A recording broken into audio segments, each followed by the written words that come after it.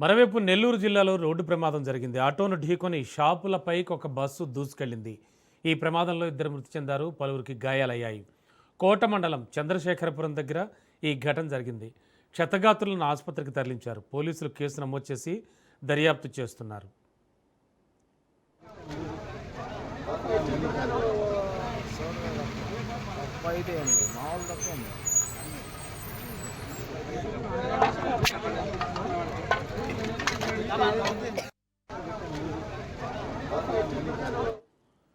నెల్లూరు జిల్లాలో జరిగిన రోడ్డు ప్రమాదానికి సంబంధించిన విజువల్స్ చూస్తున్నాం. రాజ్ న్యూస్ ఆన్ స్క్రీన్ బ్రేకింగ్లో ఆటోను ఢీకొని షాపులపైకి ఒక బస్సు దూసుకెళ్లింది. ఈ ప్రమాదంలో ఇద్దరు మృతి చెందారు, పలువురికి గాయాలయ్యాయి. కోట మండలం చంద్రశేఖరపురం వద్ద ఈ ఘటన జరిగింది. క్షతగాత్రులను ఆసుపత్రికి తరలించారు. పోలీసులు కేసు నమోదు చేసి దర్యాప్తు చేస్తున్నారు.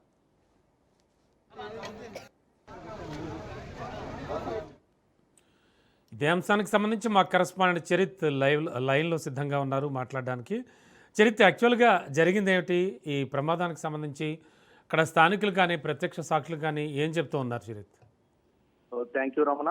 ఏదైతే కోట మండలం, నెల్లూరు జిల్లా కోట మండలం చంద్రశేఖరపురం వద్ద ఒక రొయ్యల కంపెనీకి సంబంధించినటువంటి బస్సు బీభత్సం సృష్టించింది.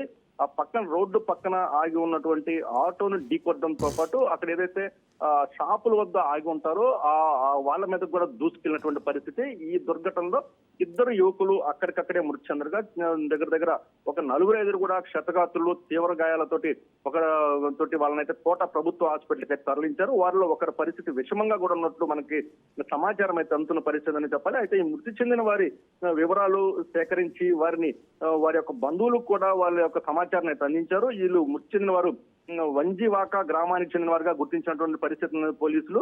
అయితే ఏదైతే ఈ ఘటనకు సంబంధించి రొయ్యల చేసుకొస్తున్నటువంటి బస్సు, రొయ్యల కంపెనీకి సంబంధించిన బస్సు, అంటే ఏదైతే రొయ్యల కంపెనీకి సంబంధించినటువంటి వారి యొక్క ఉద్యోగుల్ని తరలిస్తూ ఉంటారు.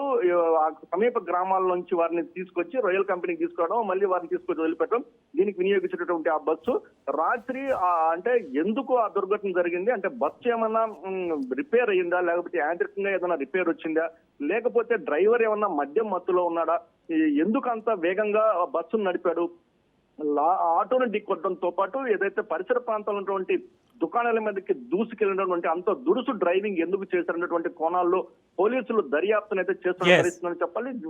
దుర్ఘటన జరగగానే డ్రైవర్ ని అదుపులోకి తీసుకున్నారు. క్షతగాత్రుల్ని కోట ప్రభుత్వ ఆసుపత్రికి తరలించారు. మృతి చెందిన కుటుంబాలకైతే మాత్రం సమాచారం కూడా అందించారు. Ramana, right, thank you Charith.